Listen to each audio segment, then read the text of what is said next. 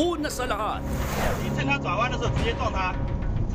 mabilis ang takbo ng kotseng yan sa southbound lane ng Buendia Avenue sa Pasay City. Nakasunod naman ng isang SUV na may dashcam. Maririnig sa kamera ang mga nagsasalitang tila dayuhan.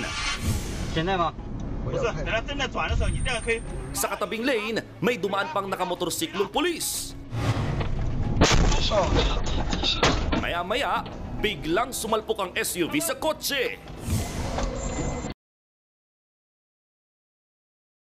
At nauwi ito sa barilan. Ang buong detalye ng balitang yan, abangan maya-maya lang.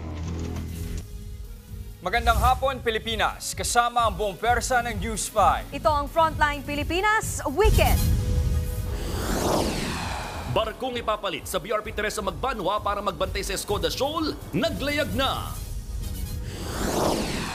Sa pool sa dashcam, sasakyan ng BJMP nahagip ng pampaserong bus habang paliko sa isang U-turn slot sa Quezon City. Mga estudyante nagrambulan sa isang bar sa Tugigaraw. May nagpaputok pa ng baril. Mga grupong piston at manibela, may 2 araw na tigil pasada simula bukas kontra jeepney modernization. Biniaya, namigay ng tulong sa mga kabataan sa Tondo, Maynila. At sa viral yan, may tawid mo kaya ang nauusong challenge na ito sa TikTok?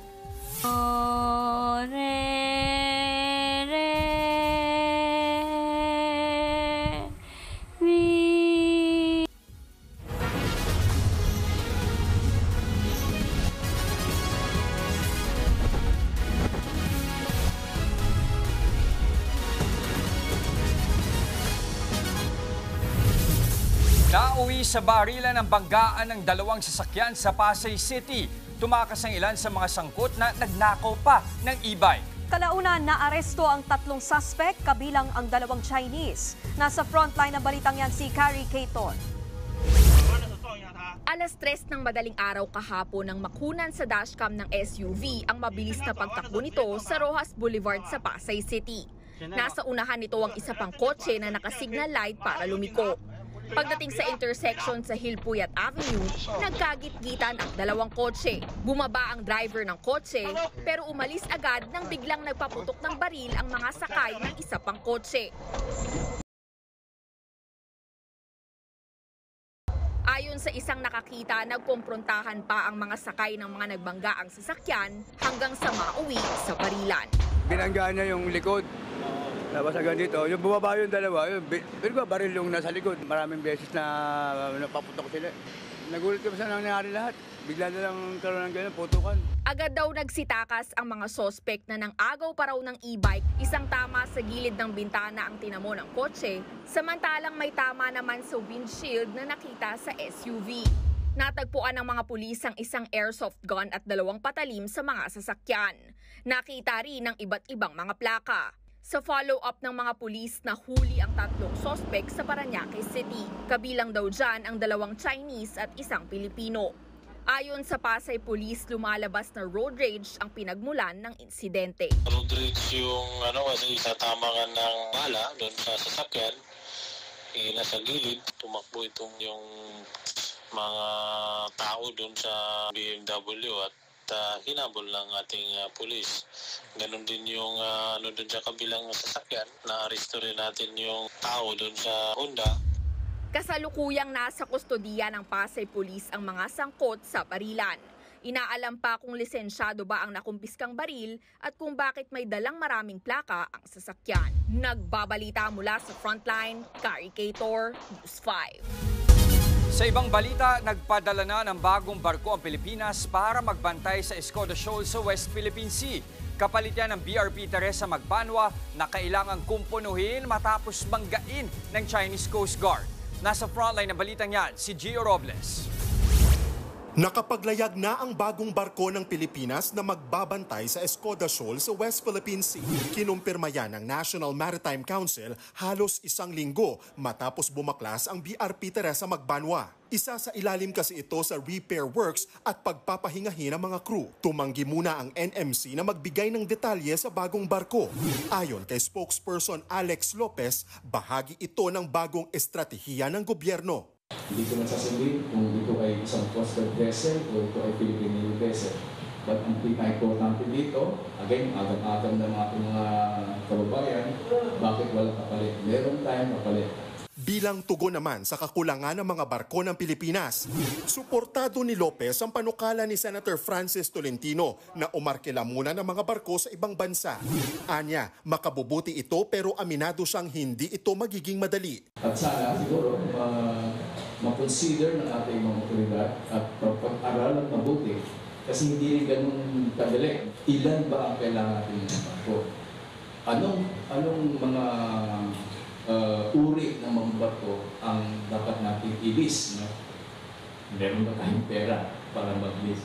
Matipid din sa detalye ang Philippine Coast Guard tungkol sa bagong barko sa Escoda Shoal. Pero ayon kay PCG Commandant Admiral Ronnie Hill Gavan, naging mapayapa ang paglalayag nito.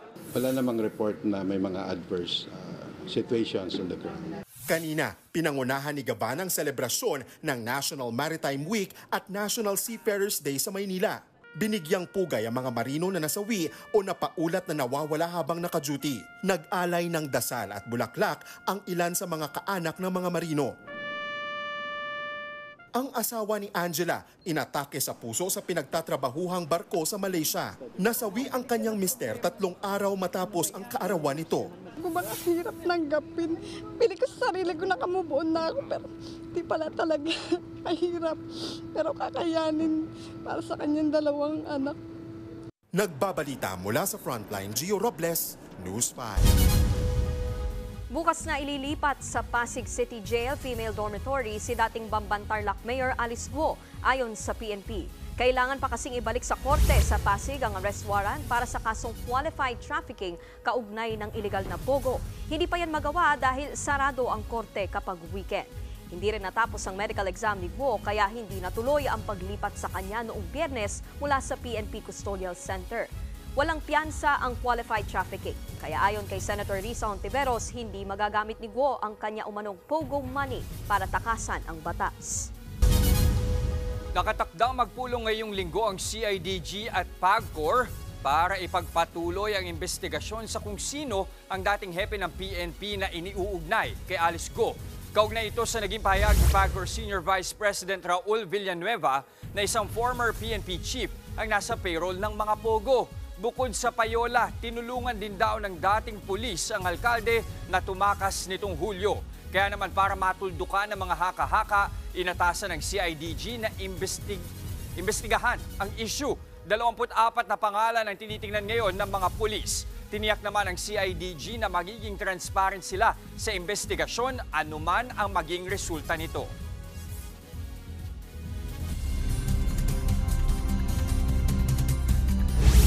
Sa lagay naman ng panahon, patuloy pa rin magpapaulan ang hanging habagat sa extreme northern Luzon. Sa latest bulletin ng Pag-asa, magiging maulan, partikular sa Batanes, Babuyan Islands, Ilocos Norte at Ilocos Sur.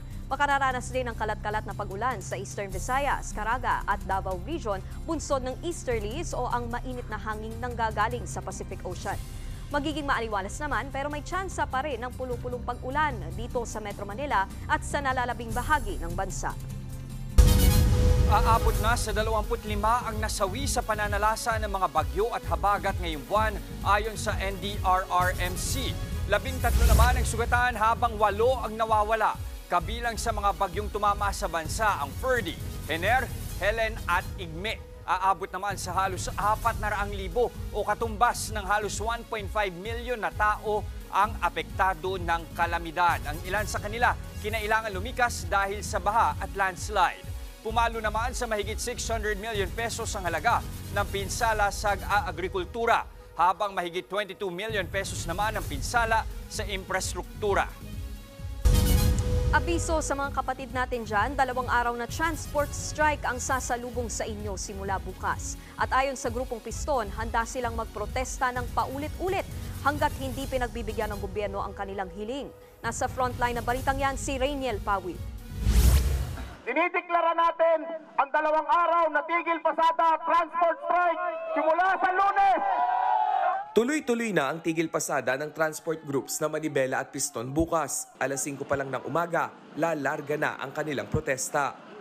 Ayon kay Piston President Modi Floranda, pupunta ang grupo sa harap ng Korte Suprema para sa paghahain ng mga dagdag na dokumento laban sa Jeepney Modernization Program. Titirik yung mga masap area sa mga iba't ibang mga ruta at magkakaroon ng mga sort of program hanggang hapon, hanggang gabi po. At yung ibang mga masap area, kung kakayanin nila mag-overnight, hanggang bukas na hanggang siguro ng hapon din yung aktibidad. Matatandaang humirit na ang Senado na masuspindisan ang programa, pero tinablayan mismo ni Pangulong Bongbong Marcos. Ayon sa Piston, kabilang sa isinulong ng kanilang tigil pasada ang tuluyang pagbasura sa modernization program, tigilan ang pagpilit sa franchise consolidation at ang pagbabalik ng renewal ng prangkisa at rehistro ng lahat ng PUV na hindi sumali sa kooperatiba. Gusto rin nilang mailipat ang pondo para sa PTMT sa rehabilitasyon ng mga traditional na jeep. Sana'y payagan din daw ang mga sumali sa kooperatiba pero nagbago na ang isip na mag-withdraw. Ayon sa transport groups nationwide, ang ikakasa nilang tigil pasada bukas hanggang Martes, September 23 at 24. Kaya namin dinala dito ang hapagkainan para ipakita na wala ng laman ang aming mga lamesa, ang aming mga kaldero dahil sa panggigipit ng LTFRB, ng DOTR. Base sa datos ng Manibela at Piston, hindi bababa sa 10,000 driver at operator sa Metro Manila ang hindi na nakakabiyahe ngayon. Hindi na kasi sila pinapayagan ng Land Transportation Office o LTO na mairehistro ang kanilang sasakyan dahil hindi sila bahagi ng kooperatiba o korporasyon. At kung hindi agad mapagbibigyan ang hiling ng mga tsuper, tuloy-tuloy tayo paglulunsad ng mga protesta at hindi lang marcha rally kundi transport strike. Sagot naman ng Land Transportation Franchising and Regulatory Board, tuloy ang modernization program pero may gagawin silang mga pagbabago. Papayagan na raw ng LTFRB ang mga operator na hindi nakapag-consolidate na sumali sa mga anumang kooperatiba. Pero hindi pa rin sila papayagang makapagbuo ng sarili nilang kooperatiba. Tama rin ang Senate na dapat walang maiwanan sa programa ng gobyerno. Kampante naman ng LTFRB na may sapat na bilang ng public transportation kaya't hindi gaanong maapektuhan ang mga commuter.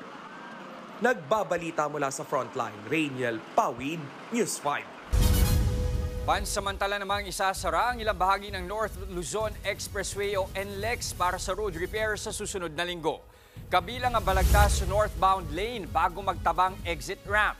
Isasara muna yan simula bukas, alas 9 ng umaga hanggang Biyernes, alas 5 ng hapon.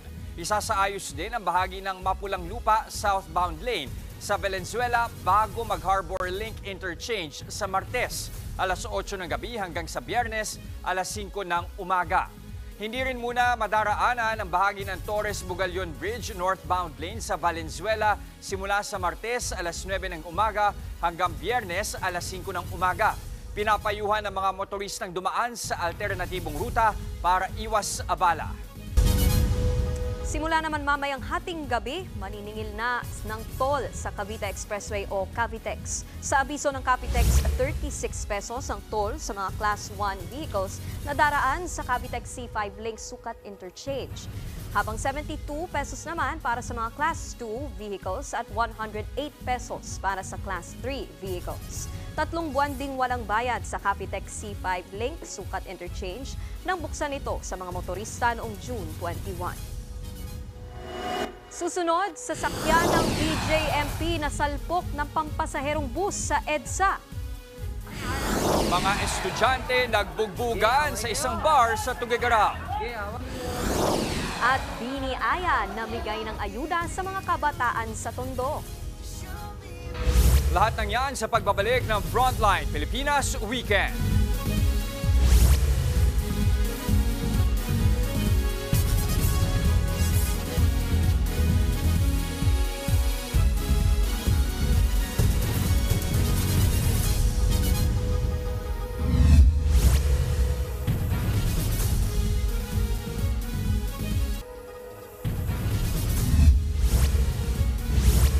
Sa pulsa dashcam ang banggaan ng sasakyan ng BJMP at isang bus sa isang U-turn slot sa EDSA. Dalawa ang sugatan. Nasa frontline ng balitang yan si Faith Del Mundo. Sa dashcam video na ito nakuha sa kahabaan ng EDSA sa Quezon City noong Huwebes ng hapon, makikita ang pagliko ng sasakyan ng BJMP papunta sa U-turn slot. Ilang saglit pa, bigla itong binangga ng pampasaherong bus na nasa EDSA busway lane.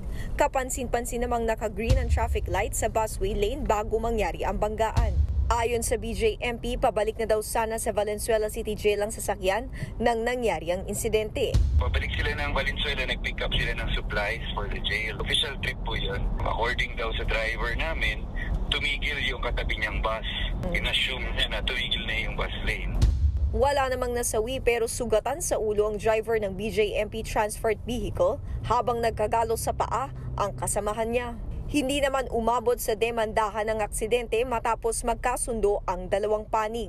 Napunta sa police station yung ating mga parties doon and then nag-usap. Nakipag-coordinate din ang BJMP pati dun sa bus company at nagkaroon na sila ng agreement sa repair ng bus and then repair din ng BTV. Then wala namang nakulong. Hindi muna pinagmamaneho ang driver ng sasakyan ng BJMP, pero posible siyang sampahan ng reklamong administratibo.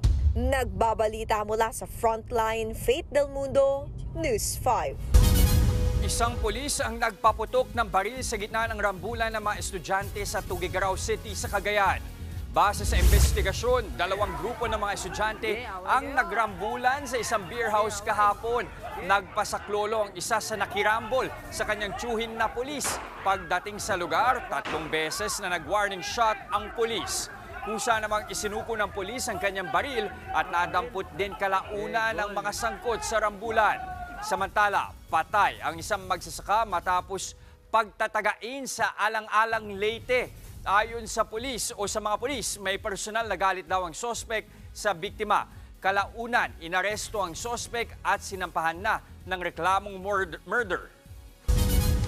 Muling nanawagan ang grupong Maisog kay Pangulong Bongbong Marcos na magbitiw na siya sa pwesto. Kasabay ito ng paggunita sa anibersaryo ng batas militar ng kanyang ama. Nasa frontline ng balitang yan si John Aroa. BBM resign! Ito ang panawagan ng mga taong nakiisa sa Maisog Rally sa Cebu City kahapon. Pinungunahan yan ni Attorney Vic Rodriguez, dating Executive Secretary ni Pangulong Bongbong Marcos. Hinamon niya si Marcos na sumailalim sa drug test. Kung wala kang tinatago, mano ba namang sumailalim ka sa isang open, fair, and credible hair follicle drug test? Bilang ama ng bayan, bilang ama ng Republika ng Pilipinas, ikaw dapat ang nagsisilbing pinakamabuting ehemplo. Matatanda ang may kumalat na video umano ng Pangulo habang gumagamit ng illegal na droga. Una itong ipinalabas sa isang Maisog gathering sa Los Angeles noong Hulyo. Agad itong pinabulaanan ng mga opisyal na malapit kay Marcos.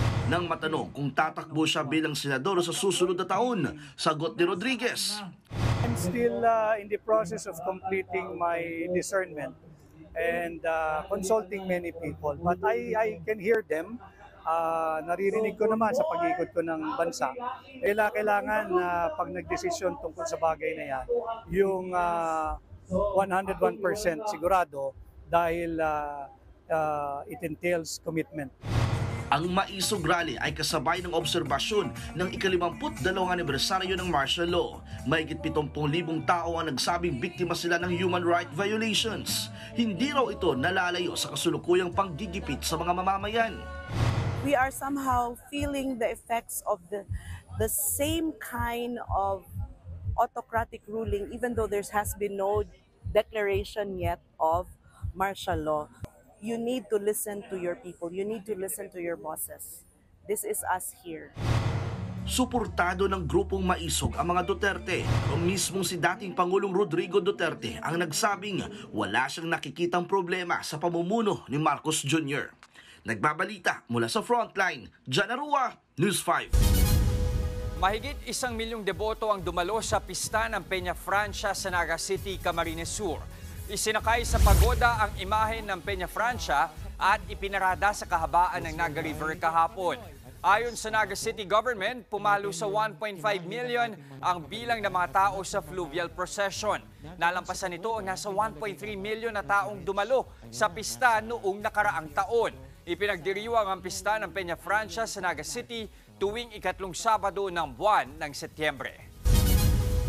Susunod, pagsita ng mga pulis sa isang armadong lalaki sa subway sa Amerika na uwi sa pamamaril. Ilang pasahero na damay. 200 elepante sa Zimbabwe kakatayin para makain ng mga taong apektado ng tagtuyot. At tunghayan ang kakaibang trabaho ng mga pinboy. Ang kanilang diskarte sa buhay, alamin. Huwag kayong bibitiw, magbabalik ang Frontline Pilipinas Weekend.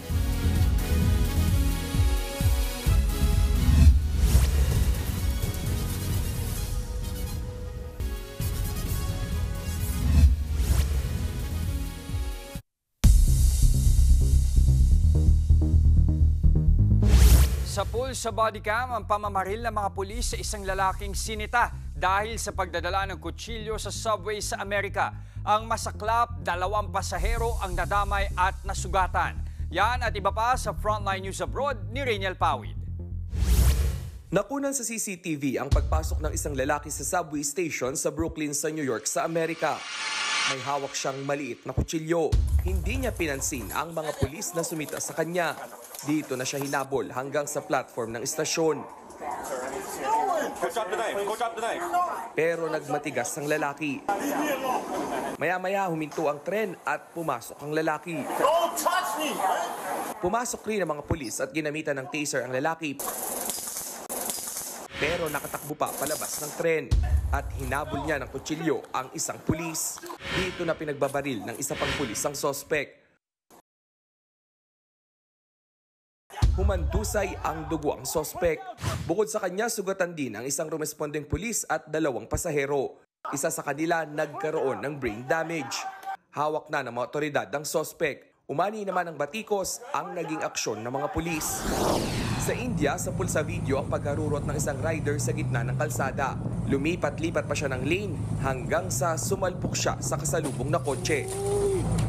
Sa lakas ng salpukan, tumilapon ang rider.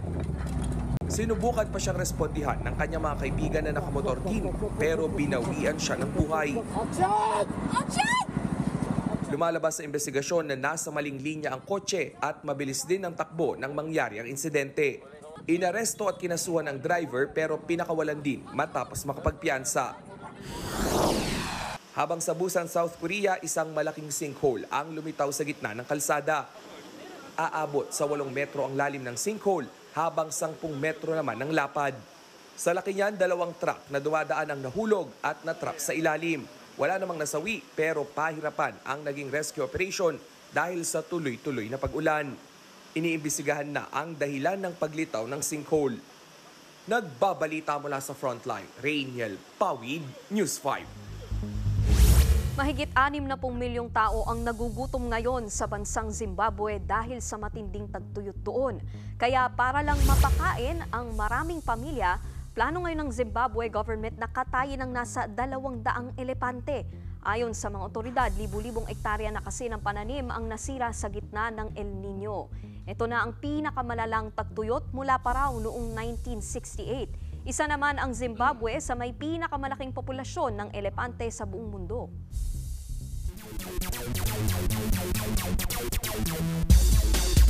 Isa na namang easy win ang naitala ng Meralco Bolts matapos silang pasuhin ang Terra Firma Jeep kagabi. First quarter pa lang, tinambakan agad ng Meralco ang Terra Firma ng 15. Leading scorer ang bench player na si Alvin Pasaol na may 21 points. Ang final score, 124-82. Dahil sa kanilang panalo, selyado na ng Bolts ang second seed ng Group B. Sa Game 2 naman, ginulat ng Blackwater Bossing ang fans matapos tambakan ng perennial favorites na San Miguel Beermen. Humakot ng 49 points ang import na si George King para pangunahan ng upset win. Sinamantala ng Blackwater na wala ang import ng San Miguel na si Jordan Adams. Ang final score, 111-94. Dahil sa panalo, tabla na para sa ika-4 na pwesto sa standings ang Blackwater. Sa NBA naman, ireretiro na ng Brooklyn Nets ang jersey number 15 bilang pagpugay kay NBA legend Vince Carter. Unang sumikat si Half Man, Half Amazing bilang miyembro ng Toronto Raptors noong 90s. Pero sa Nets na nooy naglalaro sa New Jersey, naging championship contender si Carter kasama ang isa pang alamat na si Jason Kidd. Di man pinalad na maging champion, laman pa rin ang highlight reel si Carter para sa kanyang spectacular dunks. Taong 2020 nang magretiro si Carter matapos maglaro para sa Atlanta Hawks. Ireretiro ng Nets ang jersey ni Carter sa Enero.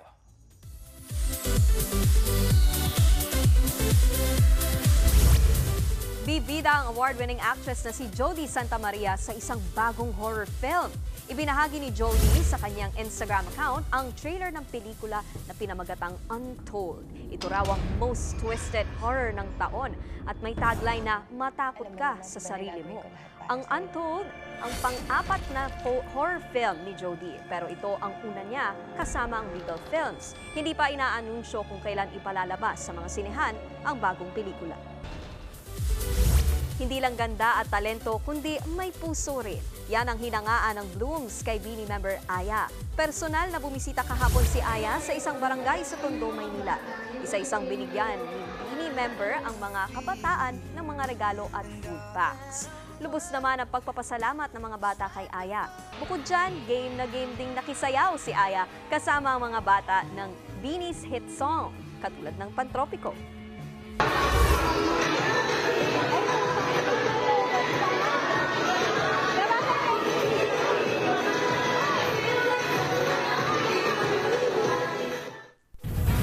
Susunod, Miss Universe 2015 Pia Wurtzbach, kauna-unahang Pinay, nararampa sa isang fashion show sa Paris Fashion Week. At pitch perfect ka ba? Magkakaalamanan na tayo sa TikTok challenge na ito. Tuloy-tuloy ang balitaan sa Frontline Pilipinas Weekend.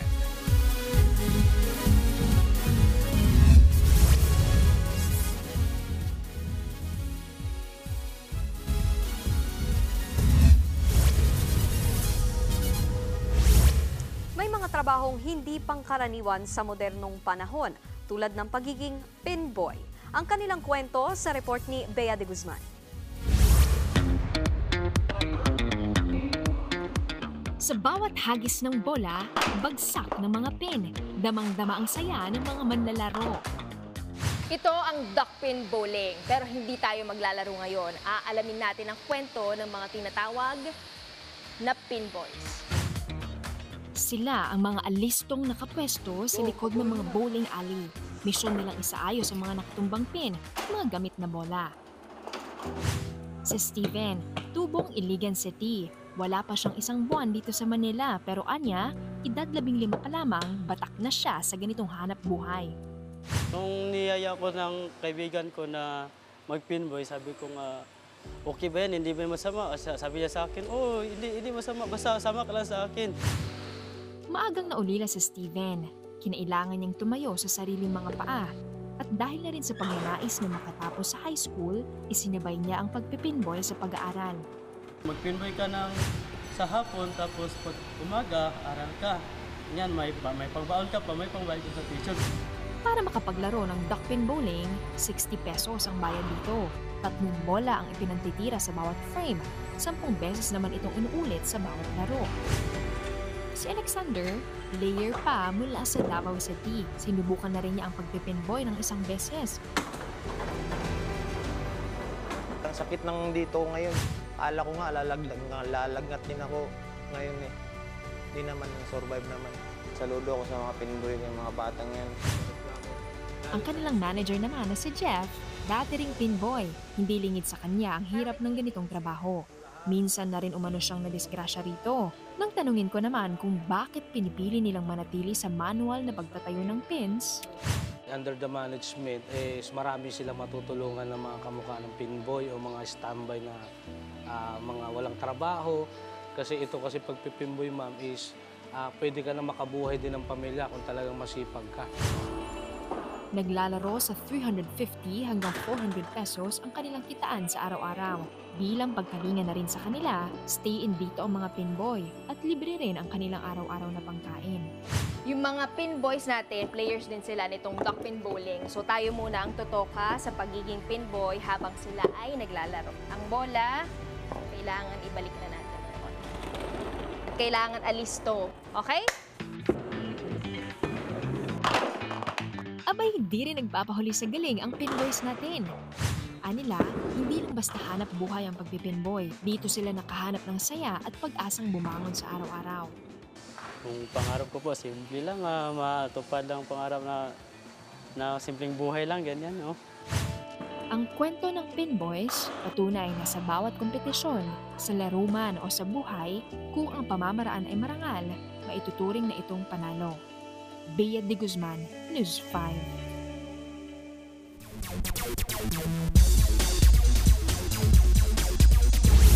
Isang malaking panalo ang nakuha ng USC Growling Tigers matapos talunin ang NU Bulldogs sa UAAP Men's Basketball.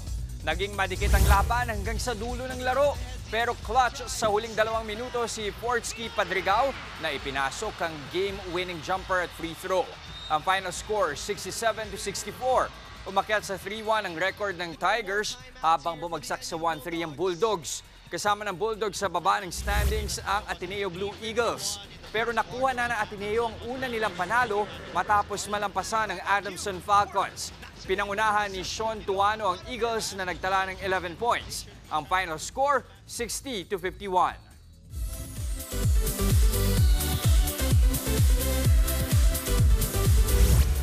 Philippines represent. May bagong milestone si Miss Universe 2015, Pia Works Back. Si Queen P ang unang Pinay na rarampa sa isang show sa Paris Fashion Week na magsisimula bukas. Makakasama ni Pia ang ilang international supermodels gaya ni Kendall Jenner at Cara Delevingne. Bago yan, nauna nang lumapa si Pia sa Milan Fashion Week sa Italy. Noong Mayo lang nang tanghalin ang Pinay Beauty Queen bilang Global Fashion Influencer of the Year ng Emmy Gala Awards sa Dubai.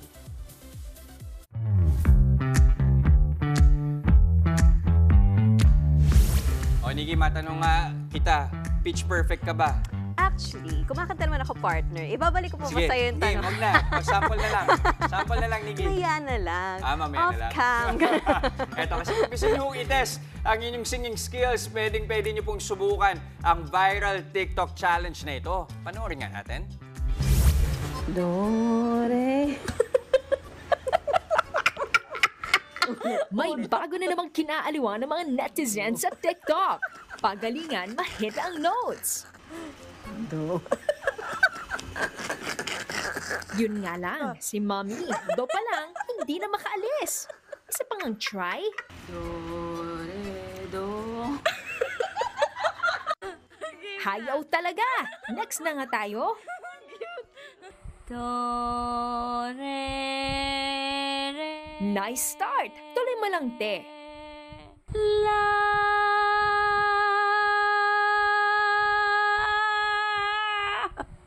Ayun lang. Ito, parang magaling to ah. Nakaabot sa last do eh.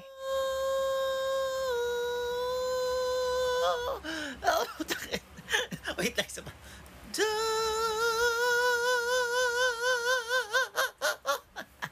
Pasok ka! O eto, watch and learn kay American singer-songwriter Charlie Puth. Eh, ang galing!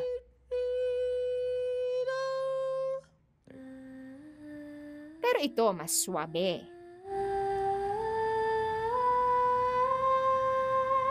Napakahusay! Ikaw na ang pitch perfect. Pero wait, ano ito? Meron ding animal sounds?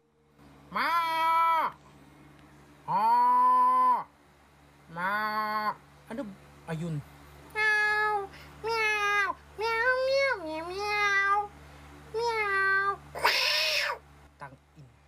Nagbabalita mula sa Frontline. Bea de Guzman, News 5. Bira. Ang lakas ng trip nung yung sa Animals. At biglang may ganun. Nakakaisip naman game na yun. Pero actually yung Doremi Challenge, matagal nang may ganun. Pero Oo. iba, parang pataas na pataas. Pataas. Kailangan mo siyang sundan. Wala akong pag-asa manapon. Yun ang pampalarong pampasaya sa GMK. Alam nyo na, Talo GMK, ako kay ah. Maui. Panigurado. Kung nandito lang si Andre, kinanta niya na yan. Panigurado. Mga kapatid, 94 days na lang pala Pasko na. At yan ang mga impormasyong dapat ninyong malaman. Mga balita para sa may alam at may pakialam. Kami ang inyong mga kasangga sa Frontline Pilipinas Weekend.